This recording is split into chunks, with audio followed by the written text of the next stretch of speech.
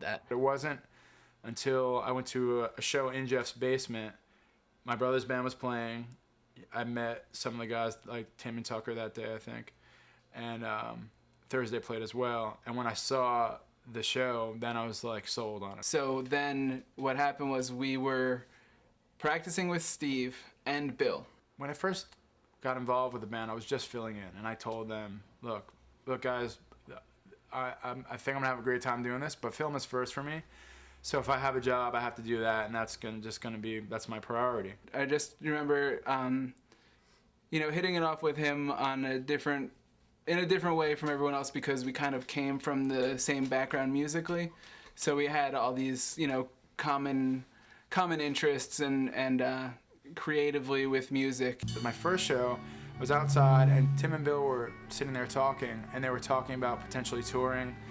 And I remember Bill saying something to the effect of like, I don't know if I'm really into that. I have a job, and I really like my girlfriend, and I don't know that I want to tour. At that point, I don't think they had really toured. A couple weekends maybe, or a week here and there, but nothing serious.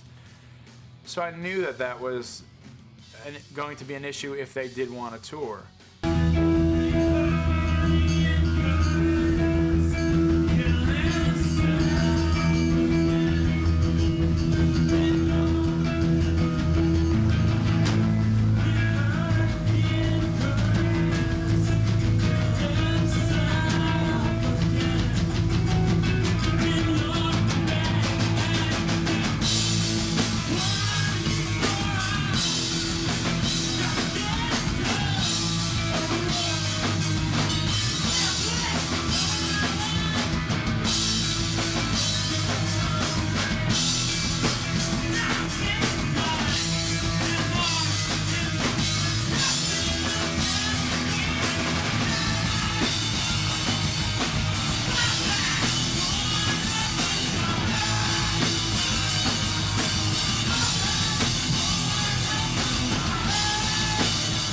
I remember being surprised at one point getting just like some information, I think it was from Jeff, saying like, hey, we've got like 5 or 6 shows scheduled traveling over these dates or something. I'd be like, that's awesome that they're scheduled, but this is like the first I'm hearing about it, and there's no way I can do it because I've got school and I've got work and I can't get off. Sort of lost my mind when I was down there because I realized I had left everything I cared about in New Jersey, the band being one of the 2 or 3 things that I cared the most about.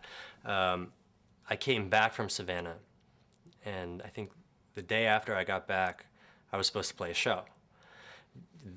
Jeff had told me the whole time I was down there that if I ever came back, I'd have a place in the band because, it was our thing that we made together. We're doing a tour in 2 weeks. Our friend Cooper is gonna do the tour with us. He's gonna play this show to rehearse, to get ready for the tour. I'm like, okay.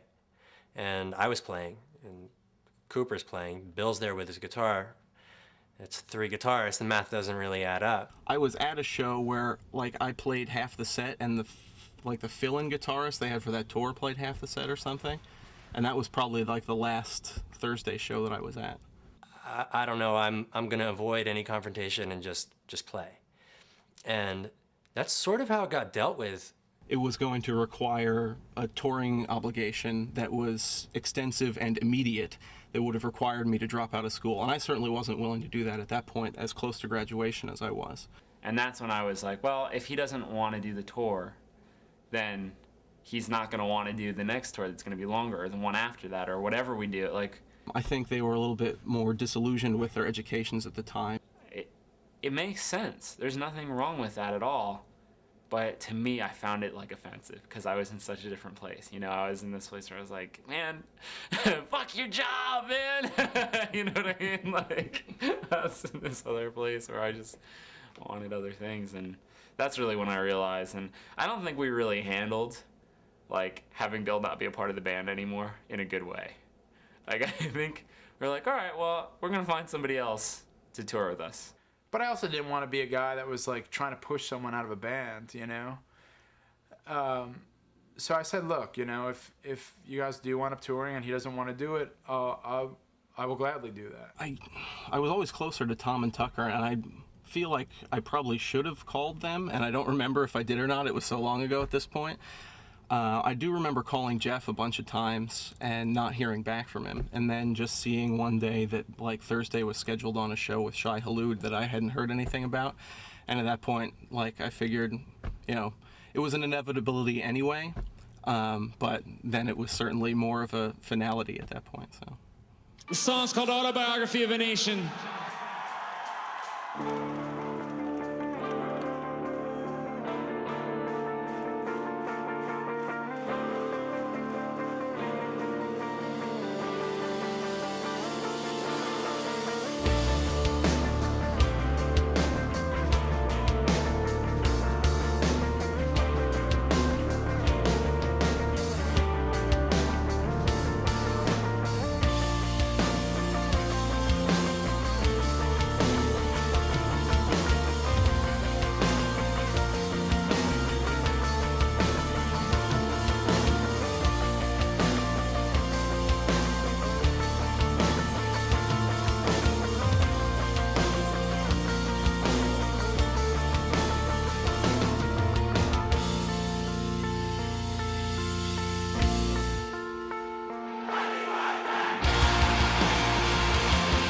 Inside, we have burned the villages and all people in there.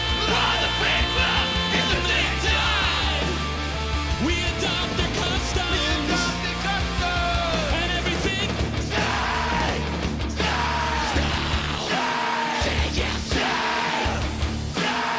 Still we all sleep sound tonight. Is this what you wanted? Is this what you wanted to hear? We'll erase images. All the people in the same dance. Place them with borders. We replace them with borders. Everything you say.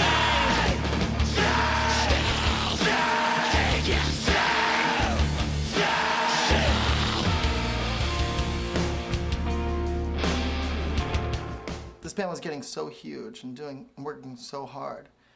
And I couldn't support them. I couldn't give them tour support. I was lucky enough if I got food support for myself every day, let alone give somebody, a whole band, tour support. We sold through all the copies that he had given us, for waiting. I got to the point where I felt I can't hold my friends back. I don't want to be that person.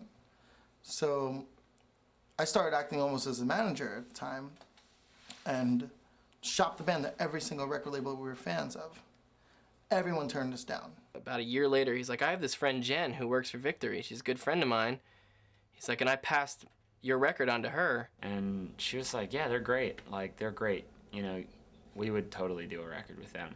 And we are like, Victory? That's awesome. I was a huge Earth Crisis fan. I was a huge Integrity fan. All these great Victory bands. Victory was king shit. They were going to come down from Chicago and watch us play. I don't think that we thought we played very well, but and then I guess they did. We did Concealer and Paris in Flames. We did demos of those songs that we sent to Victory, and which ultimately got us signed. We banged out the two demos, the two songs that I don't think ever appeared anywhere in terms of published music or press music. We worked on the two songs of the demo, and it was really cool.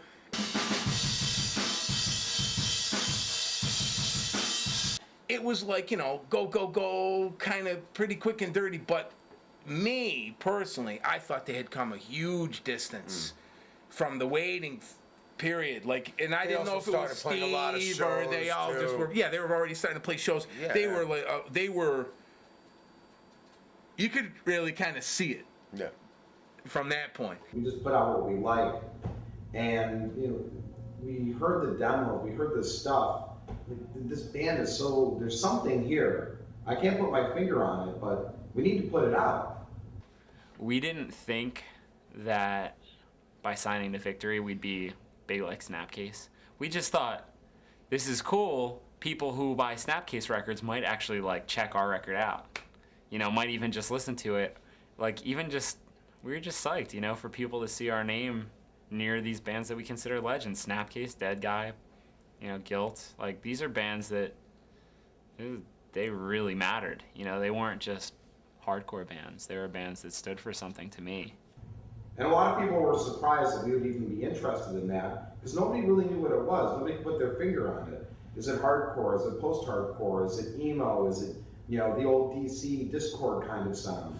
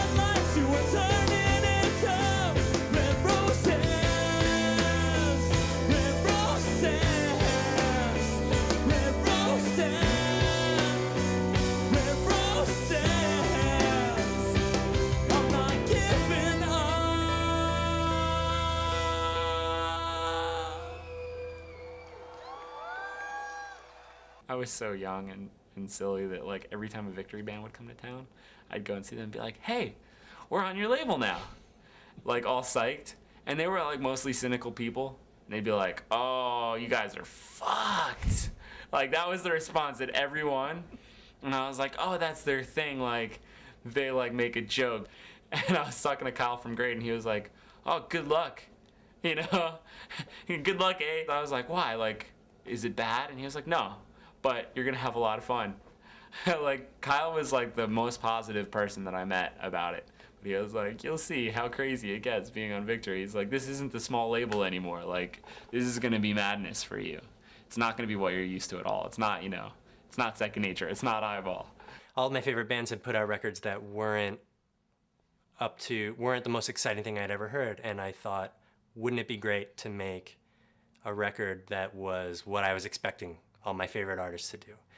When we were writing Full Collapse, it was pretty much the only thing I had going in my life at that point. I was not doing well in school. I think I might have been already working full-time in a liquor store off campus. It was a really depressing job. And, the only thing I ever looked forward to was just going to practice or writing. I was still trying to figure out my role in the band musically.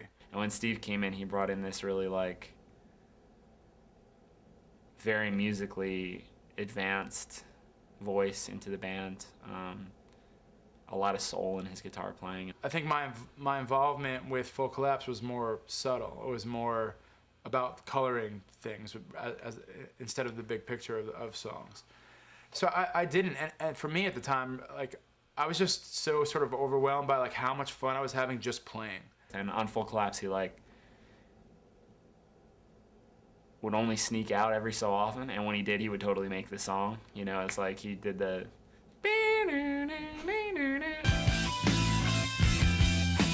at the end of Understanding, which is like my favorite part when it comes in.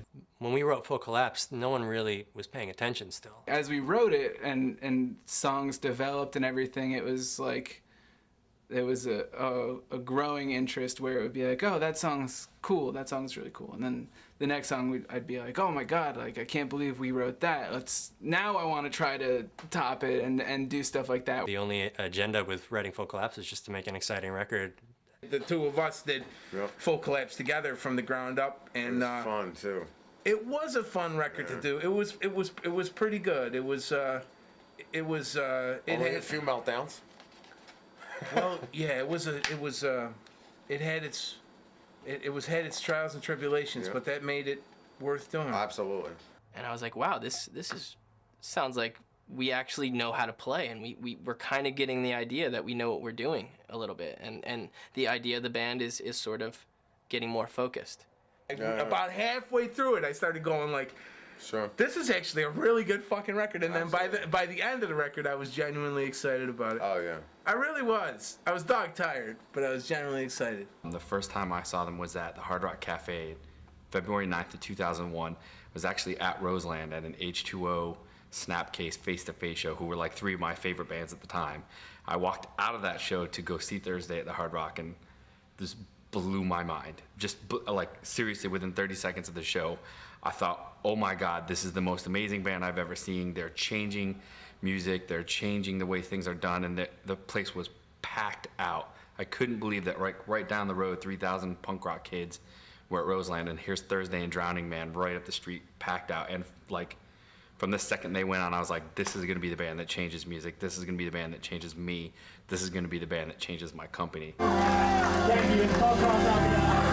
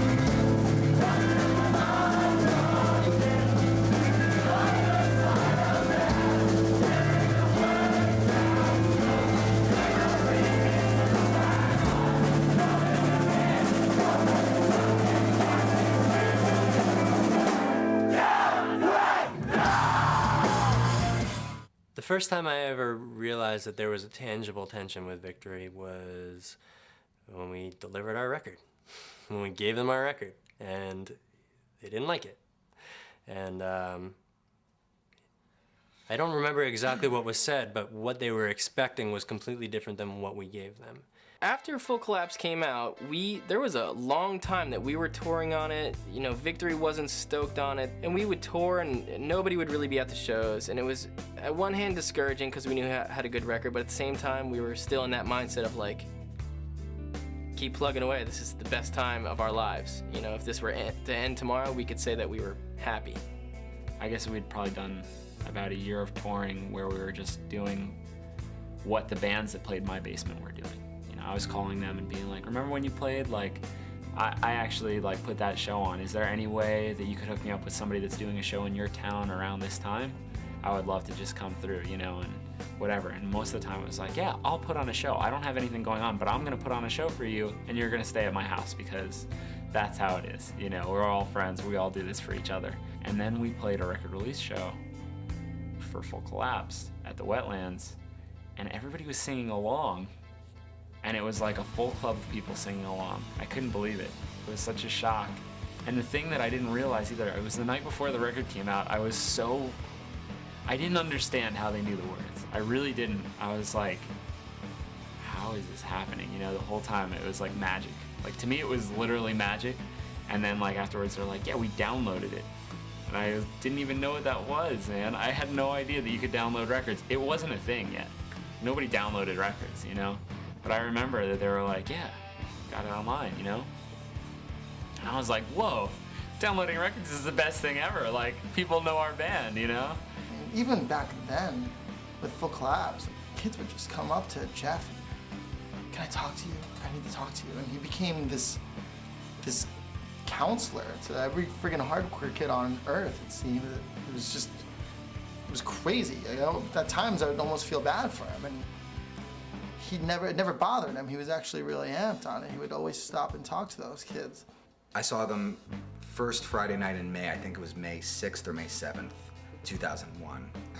They were playing at Wetlands. They were playing some benefit. I don't even remember what the benefit was. But there were 10 people in the room. Band gets on stage. They go into Understanding in a car crash. And within 10 seconds, I was like, I gotta sign these guys. I mean, they occurred to me as an epiphany. We weren't sure if there was a sincere excitement about our record at the label until it started doing well.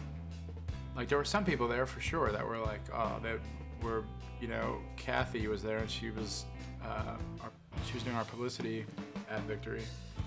And she was like, she's a great friend of ours and like really looked after us and really cared about us as people and the music.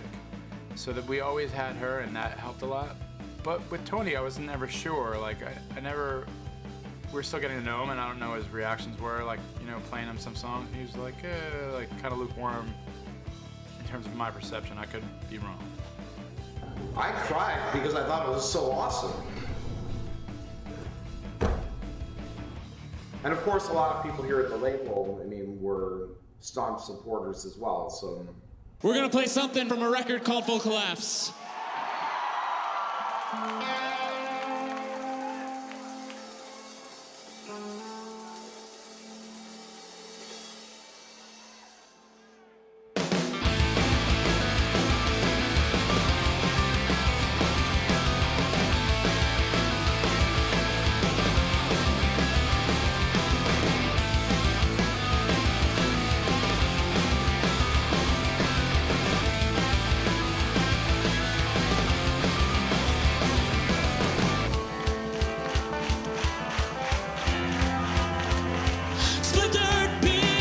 Glass falls in the sea, gets caught.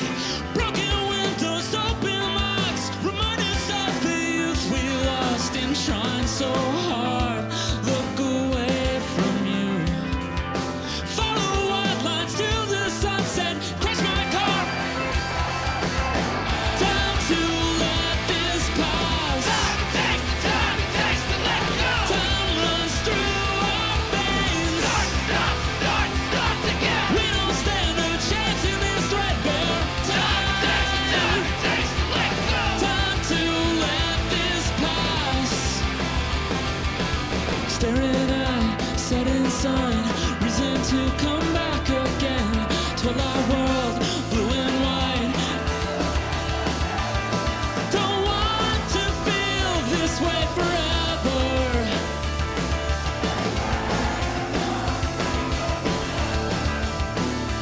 Broken watch gave me turned into compass. Two and still point to the same time. Oh, last goodbye, push the seats back a little further. I can see the headlights coming. your seats back a little further. Roll the windows down and take a breath. I can see the headlights moving. With the wounded, red and broken. Time to let this pass. Time to taste the let go. Time runs through our veins. Stop again. We don't stand a chance in this threadbare time. Time to taste the let go. Time to let this pass. Staring at setting sun, reason to come back again. 12-hour world, blue and white. Don't want to feel this way forever.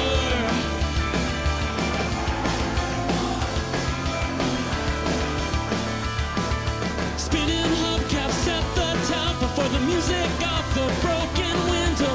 Lights are on, cameras click, open up the lens.